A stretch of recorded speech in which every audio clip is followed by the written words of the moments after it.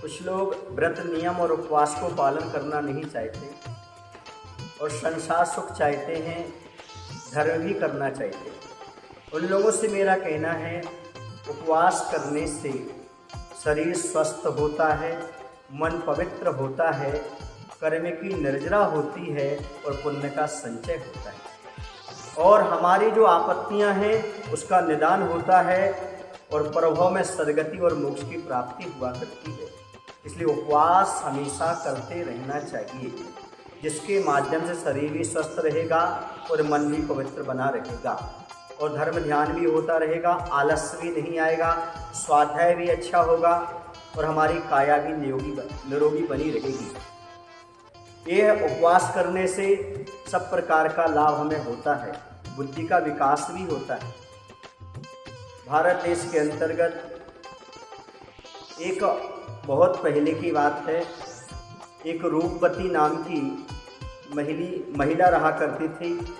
वह साविका के व्रत का पालन करती थी, जिनेंद्र भगवान की परम भक्त थी। उसमें एक विशेषता थी, वह पंचमी के 5 उपवास किया करती थी। उसका मन उपवास में बहुत अच्छे से लगता था।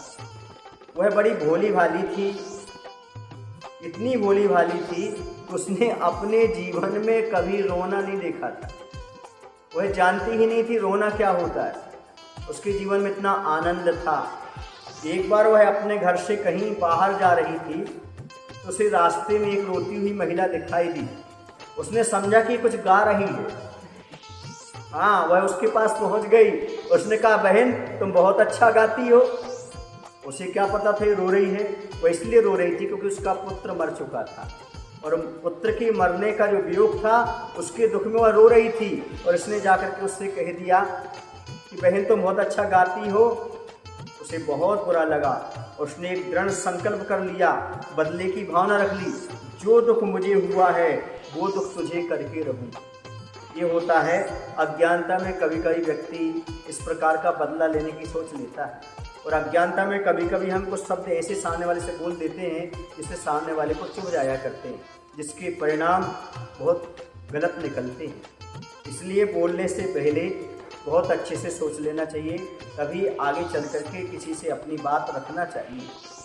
और एक दिन क्या हुआ, अवसर की वो प्रतीक्षा कर रही थी। उसने एक दिन रूपवती को और जो रूप लक्ष्मी थी उसको बुलाया।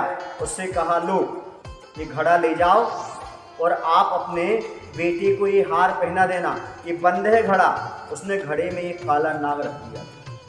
क्यों? क्योंकि हमारे पुत्र के मरने पर ये कह रही थी, हम रो रहे थे तब ये हंसी थी, अब इसका जब पुत्र मरेगा तब मैं भी हंसूंगी, यह दुख इसको भी मैं देना चाह रही। और उसने घड़े में सांप रख करके उसे दिया और कहा, जाओ ले जाओ। वो तो भोली वाली थी रूप लक्ष्मी, वह ले गई और अपने बेटे से कहा, लो बेटा इसमें हमारी सहेली ने एक हार दिया है, इस हार को निकाल लो, तुम पहन लो। भोली भाली थी, जो कैसे उपवास करने का फल मिलता है, भोले भाले लोगों के लिए कैसे परिणाम मिलता है। जैसे उसके बेटे ने घड़े में हाथ डाला खोल करके, तो वास्तव में वह जो नाग था वह हार बन गया। उसने हार निकाला और अपने गले में पहन लिया।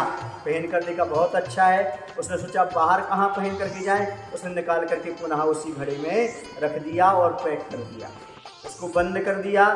अब कुछ दिन बाद वह आई, उसकी जो रोती हुई महिला पहले मिली जिसने बदला लेने की सोची थी, रूपवती, ये थी रूप लक्ष्मी, वो थी रूपवती। वह आई और उसने कहा, क्यों बहन वो हार कैसा लगा? बोले बहुत अच्छा लगा।